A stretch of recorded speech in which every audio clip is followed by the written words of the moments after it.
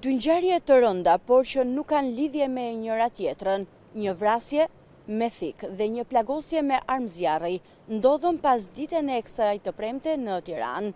E para e ndodhur në rrugën Kongresi i Lushnjës, ku Egli Pashollari, 31 vjeç, u vra me thik nga persona të cilët u identifikuan menjëherë nga policia.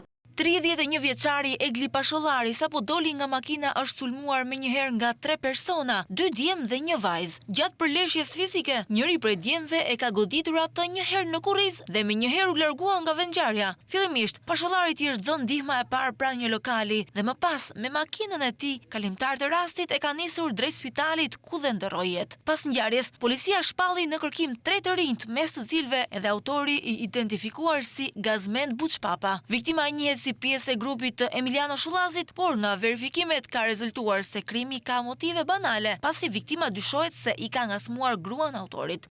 Vetëm 10 minuta pas kësaj ngjarje, në rrugën e Kavajës, një 34 vjeçar u plagos me armë zjarri në bark.